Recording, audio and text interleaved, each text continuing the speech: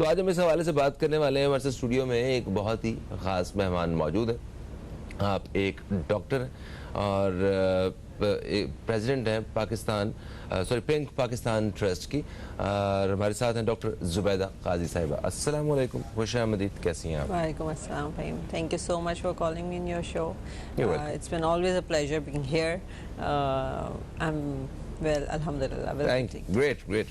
अच्छा, इससे पहले कि मैं पिंक पाकिस्तान ट्रस्ट के बारे में बात करूं, मैं सबसे पहले बात करना चाहूँगा अक्टूबर का महीना और ब्रेस्ट कैंसर अवेयरनेस पूरी दुनिया में ये कितनी संजीदगी के साथ जो है इस मर्ज के हवाले से आगाही पे काम हो रहा है। संजीदगी पता चल जाती है इसी बात से कि आप देखेंगे आलमी दिन एक दिन का होता है या हफ्ते भर का होता है, लेकिन ब्रेस्ट कैंसर के हवाले से पूरा अक्टूबर जो है वो अगर किया गया है मौखर, तो इसकी यकीनन वजह यही है कि एक संजीदा ऐसा मैटर है कि जिस पे काम करना बहुत ज़रूरी है। तो पूरी दुनिया में अक्टूबर में अग्रेसिव कैंपेन्स इसलिए होती हैं ताकि, क्योंकि देखा ये जा रहा है कि शरह अमवात को अगर हम एक तरफ रख दें तो जो इंसिडेंट्स हैं यानी रिपोर्टेड केसेस हैं वो उनके नंबर्स बढ़ते ही चले जा रहे हैं। किसी तौर पे हम ये नहीं देख रहे कि उनमें कमी आनी शुरू हो जाए। तो इसीलिए सीरियसनेस तो है और उसकी वजूहात ऑब्वियसली बहुत सारी हैं।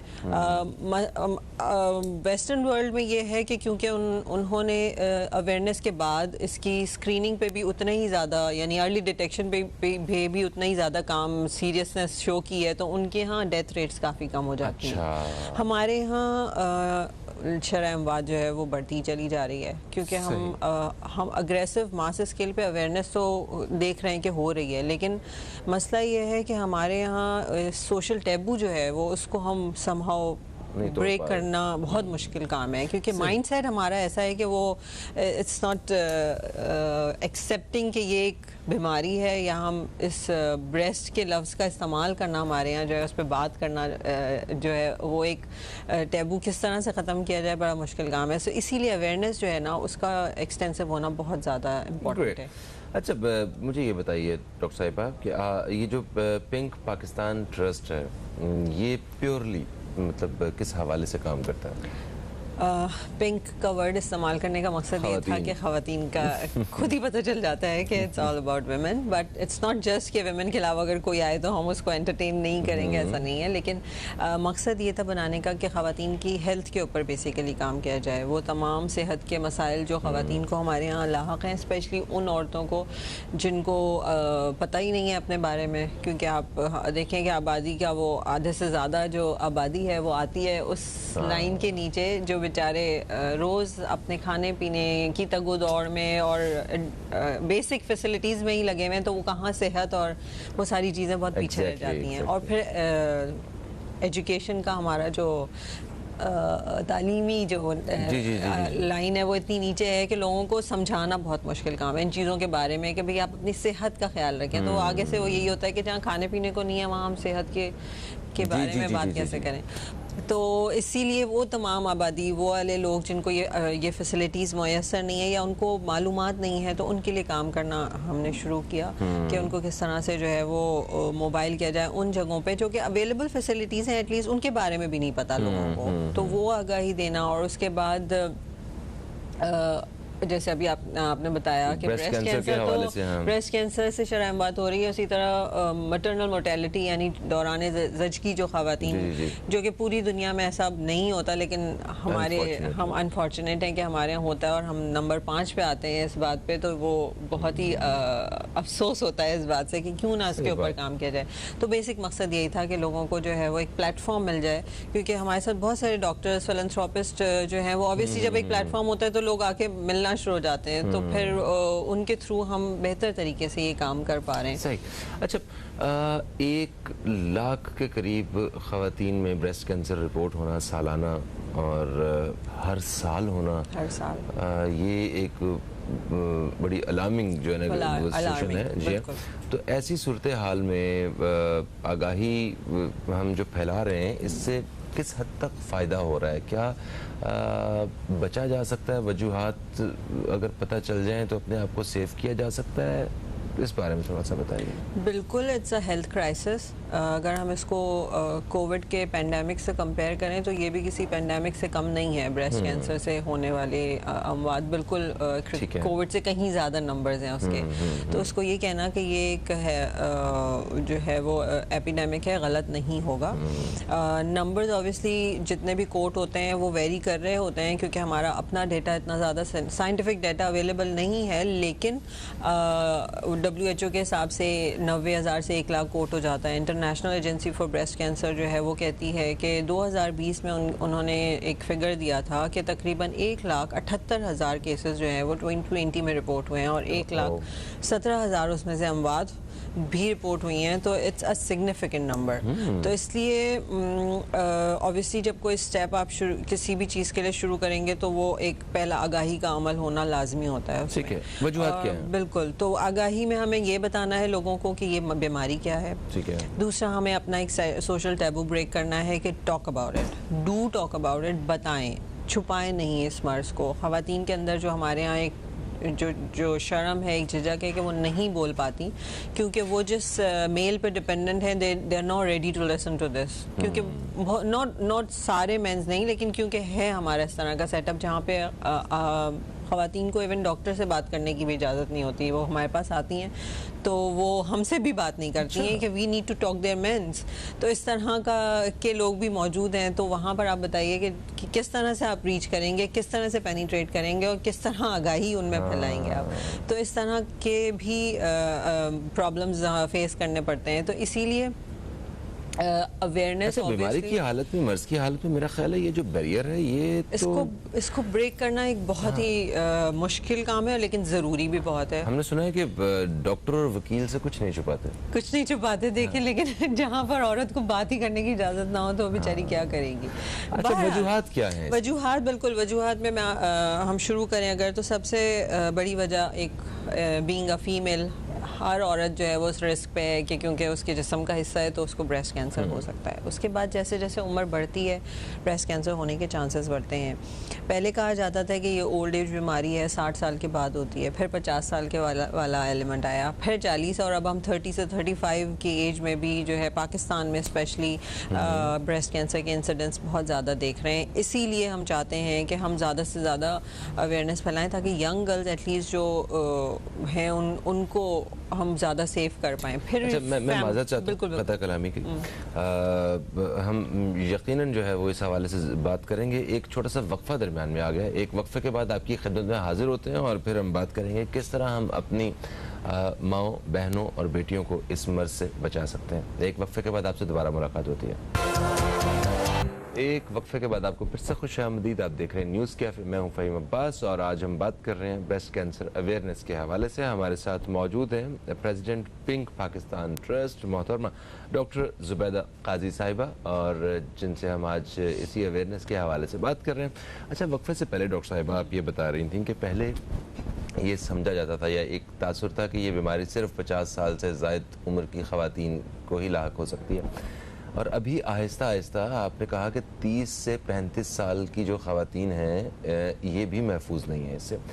क्या वजह है, क्यों ये जो मर्ज़ है ये ज़्यादा करीब आता जा रहा है और यंग जो जनरेशन है उसको भी अपना शिकार करता जा रहा है? बिल्कुल, इसी बात को लेकर हमें ज़्यादा जो है वो मसाइल को हम ये देख रहे हैं कि क्यों यंग में आ रहा है और हम उसको किस तरह से जो है वो टेक केयर करें। तो उसके ऊपर हम काम ये कर रहे हैं कि रिस्क फैक्टर्स के ऊपर रिसर्च तो करने की हमने स्टार्ट किया है कि क्या वजह है। लेकिन अब तक जो देखी गई हैं उसमें एक तो फैमिली में ब्रेस्ट कैंसर का होना एक बहुत ही इंपॉर्टेंट बात है कि अगर ख़ानदान में माँ को या बड़ी बहन को या इवन मेल्स को भी क्योंकि ब्रेस्ट कैंसर होता है, उसका इंसिडेंस बहुत कम है लेकिन होता है कि 800 या 900 में से एक मर्द को होता है। लेकिन अगर फैमिली में है तो ऑब्वियसली उनके सिबलिंग्स को होने के चांसेस बहुत ज़्यादा होते हैं। तो और ब्लड रिलेशन में है तो हमें तो उन सिबलिंग्स को बहुत ज़्यादा अपने आप को कॉशियसली वॉच करना ज़रूरी होता है कि अगर माँ को जैसे फॉर एग्जांपल जिस एज में हुआ है तो सिबलिंग्स 10 साल पहले से अपने आप को स्क्रीन कराना शुरू कर दें, इतना उसका प्रेवलेंस बढ़ जाता है। तो ये एक बहुत इम्पोर्टेंट फैक्टर है जब लोग इसके ऊपर इतना स्ट्रेस्ड आउट नहीं करते कि वो जिनको था उनको टेक केयर किया, सब कुछ किया, लेकिन बाद में जो और लोग हैं वो अपना ख्याल फिर उस तरह नहीं रखते, जबकि बहुत इंपॉर्टेंट होता है। या वो एक जीनियाती तब्दीली होती है जो बहुत कम लोगों में होती है, जिसकी वजह से मेल्स में ज़्यादा होता है, तो वो उसको देखना बहुत इंपॉर्टेंट है। तो ये मौरूसी बीमारी है? बिल्कुल है, बिल्कुल। अगर वो एक स्पेसिफिक टाइप्स की जीन्स अगर आपके अंदर मौजूद हैं तो वो पैदाइश से मौजूद होती हैं। वो वेस्टर्न वर्ल्ड में तो वो उसकी टेस्टिंग करा लेते हैं, उनको पता होता है कि ये इसको ब्रेस्ट कैंसर कभी ना कभी होगा ज़िंदगी अच्छा। में, तो वो उसके लिए पहले से टेक केयर करना शुरू करते हैं। लेकिन वही मैं बार बार हम ये कहते हैं कि हमारे यहाँ उस तरह की कोशिश यही है कि हम उन चीज़ों को अपने यहाँ डेवलप करने की कोशिश करें, और जब तक नहीं करेंगे तो हम किस तरह से फ़ाइट करेंगे इस डिजीज़ से, वो वाली बात है। फिर उसके बाद फैमिली हो गया, जेनेटिक हो गया, उसके बाद वो चीज़ें आ जाती हैं जिसको मैं ये कहती हूँ कि वो आपके कंट्रोल में हैं भी और नहीं भी, यानी लेट मैरिजेस का होना। किसी वजह से लेट मैरिज हो रही है तो ठीक है, लेकिन आप इंटेंशनली जो है वो इस चीज़ को अवॉइड ना करें।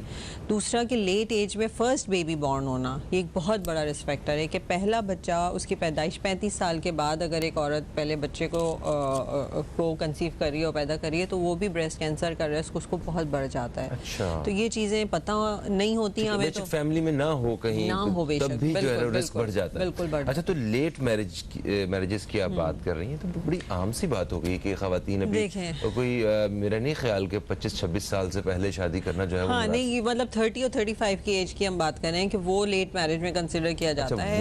हाँ बिल्कुल। और उस एज में समाव ऐसा होता है कि करियर में लग गए, कुछ लोग जो हैं वो ऑब्वियसली उनके ऊपर इतने ज़्यादा बर्डन होते हैं, तो इंटेंशनली अगर हम एक काम को डिले कर रहे हैं तो वो नहीं करना चाहिए। ऑब्वियसली अगर एक अल्लाह मियां की तरफ से है कि नहीं हो रही तो that's a different thing, it's not in your hands, लेकिन आप उसको अगर कर सकते हैं तो अवॉइड करें कि लेट मैरिज ना हो। फर्स्ट बेबी बॉर्न, बहुत सारे लोग कहते हैं कि हम पहले अपना करियर देख लें, कर लें, फिर हम बच्चे वो पैदा करेंगे, तो वो वाली चीज़ जो है वो उनके रिस्क फैक्टर्स को बढ़ा देती है। और वैसे कभी कभी सपनों का शहजादा भी नहीं मिल रहा होता जिसकी वजह से देर हो जाती है, ये भी एक बात कह रहे हैं, तो फिर शहजादा तो आने में फिर बहुत देर हो जाएगी। तो ब्रेस्ट फीडिंग का ना कराना, अच्छा, वो भी एक रिस्क फैक्टर, ये बिल्कुल रिस्क फैक्टर है।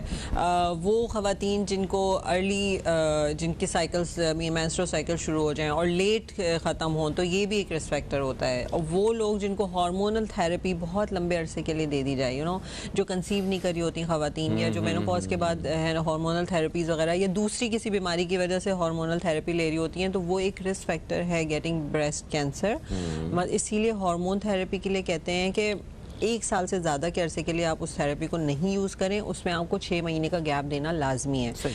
तो ये वो बातें जो नहीं पता होंगी, तो सालों लोग खा रहे होते हैं दवाएं, सालों आप ये काम कर रहे हैं तो आपको पता ही नहीं है तो आप क्या करेंगे। तो इन चीज़ों का अवेयरनेस होना भी बहुत ज़्यादा इम्पोर्टेंट है। अच्छा, हमारे यहाँ वो सालाना जो एक मेडिकल चेकअप होता है उसका भी कोई रिवाज नहीं है, बिल्कुल भी नहीं है। तो इससे भी बड़ा फायदा होता है? नहीं, इससे ही फायदा होता है क्योंकि स्क्रीनिंग मेमोग्राफी वो चीज़ है जो अर्ली डिटेक्ट करती है ब्रेस्ट कैंसर को। यानी वो लोग जिनको कोई साइन एंड सिम्टम्स नहीं है, जिनको कोई परेशानी नहीं लग रही, जिनके फैमिली में भी नहीं है, जिनको कोई तकलीफ नहीं हो रही, तो वो भी 40 साल के बाद हम उनको ये कहा जाता है कि एवरी 2 ईयर जाके अपना एक मेमोग्राम ज़रूर कराएं कि अगर कोई साइलेंट अंदर कैंसर पड़ा हुआ है तो वो उसको पिक कर लेता है अर्ली।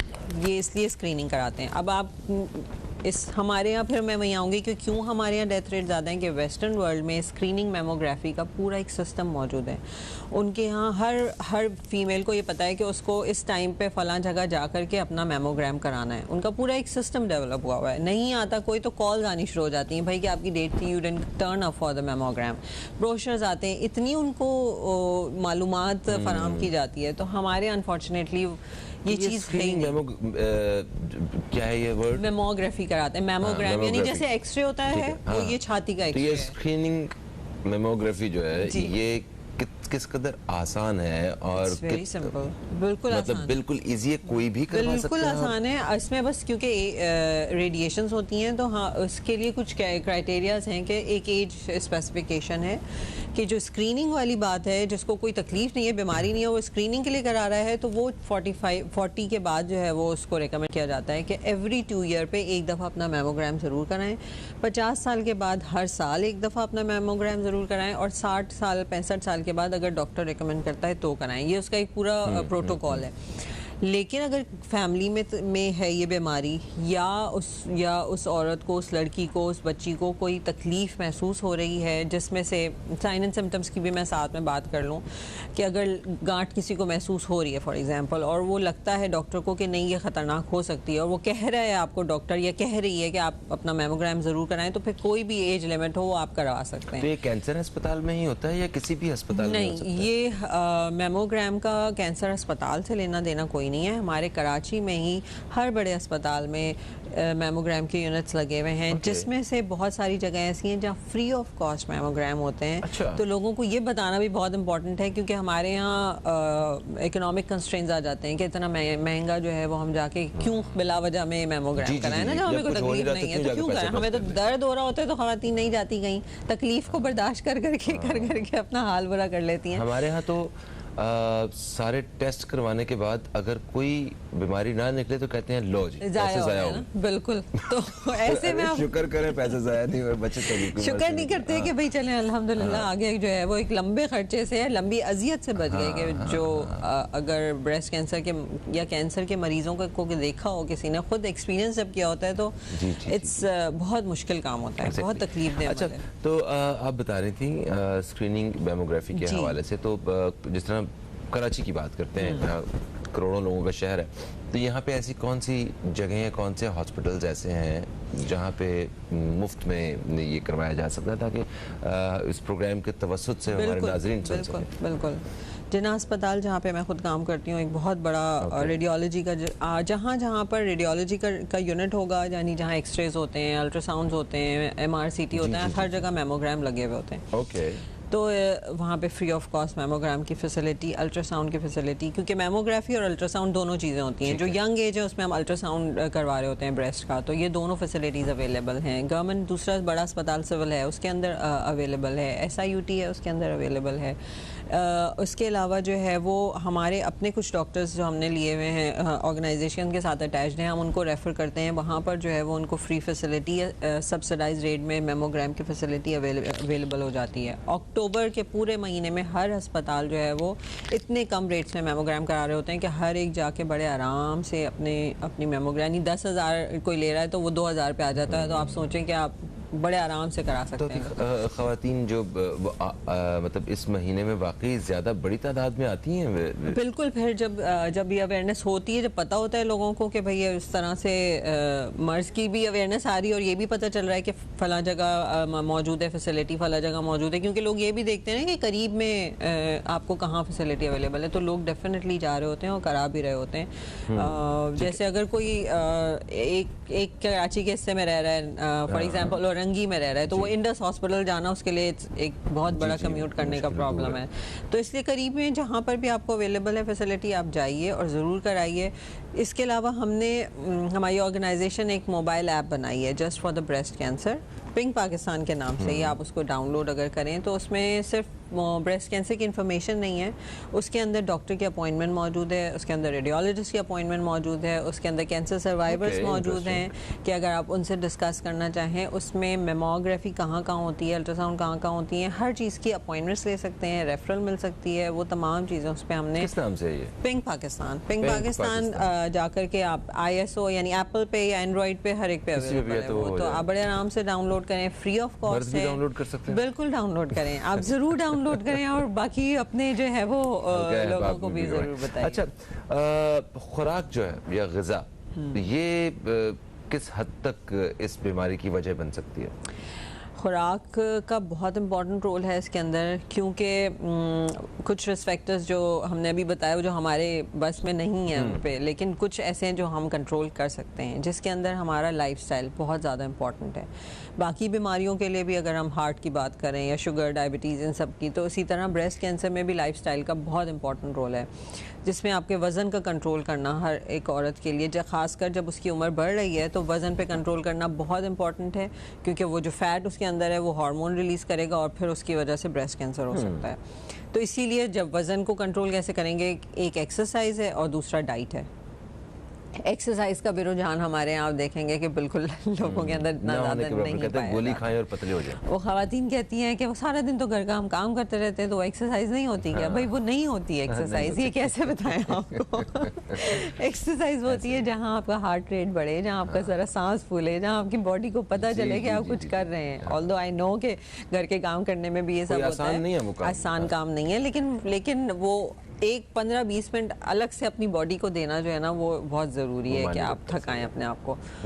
फिर जब आप डाइट की बात कर रहे हैं तो उसमें ये है कि आजकल आसानी ज़रा ज़िंदगी में आ गई है कि वो डब्बे वाले मसाले हम इस्तेमाल कर लेते हैं और प्रोसेस्ड फूड का बहुत ज़्यादा रुझान हो गया है। बच्चों को जल्दी से ऑर्डर करके चीज़ें मंगा के दे दी जाती हैं, तो ये चीज़ें जो हैं वो बहुत बड़ा एडेड फैक्टर है, बहुत बड़ी वजह है ब्रेस्ट कैंसर को के रिस्क को इंक्रीज करने के लिए। ओके, तो इसको रोकने के लिए या अपने आप को अपने जिस्म में इस हवाले से मुदाफ़ियत पैदा करने के लिए ऐसी वो कौन सी मतलब ग़िज़ा है जो मतलब हमें ज़रूर इस्तेमाल बिल्कुल मतलब हेल्दी डाइट का मतलब ये हरगिज़ नहीं होता कि आप ये ना खाएं, आप ये ना खाएं, आप ये ना खाएं। लोग समझते हैं कि हर खाना बंद हो जाएगा अगर हम हेल्दी डाइट की तरफ जाएंगे। हेल्दी डाइट में आप सब कुछ खाते हैं, आप बस ये होता है कि 3 प्लेट भर के नहीं खाते, आपको प्रोपोर्शन सही हो जाता है। तो उतना खाएं जो हमारी नबी की सुन्नत है, वो बिल्कुल हर चीज़ का उसके पीछे एक साइंटिफिक रीज़न है। आप देखेंगे जितनी है सब पे आपको साइंटिफिक रीज़न मिलेगा कि क्यों आधा पेट भर के खाने को कहा गया, क्यों फौरन पानी पीने को मना किया गया। तो वो सारी चीज़ें जो है वो प्रूवन है साइंटिफिक। कहते हैं कि ये दोनों हाथ अपने ऐसे कर लेना तो इतना होता है हमारा मैदा, बस तो मैदा इतना ही होता है। इस मैदे में आप इतनी बड़ी प्लेट कैसे डाल सकते हैं? स्ट्रेच कर करके जो आप उसको बना देते हैं ना, तो आपको लगता है फिर भूख लग रही है, फिर खाना जरूरी है, तो यही नहीं करना है आपने। तो हरी सब्जियां बिल्कुल खाएं। अच्छा, कोई लास्ट आखिरी पैगाम क्या देंगी शॉर्ट सा?